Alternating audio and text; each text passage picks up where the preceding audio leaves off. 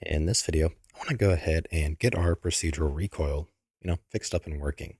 So currently, if we press play, and also there is a bug, by the way, if you play as a listen server, and I printed it out here as a test, but basically the upper body animation layer is not ready in time for when it's actually being equipped.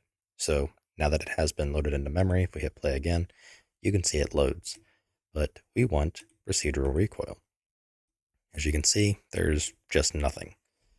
So what we want to do is go ahead and go to our player pawn, go to the shooter pawn component, and simply turn off auto setup linked anim layer.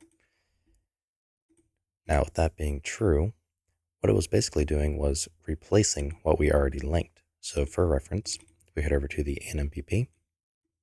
On begin play of the anim BP, we are actually linking the layer. Having this set to true was overriding this linked layer with essentially nothing. So once we have that, hit play again, and we now have the recoil.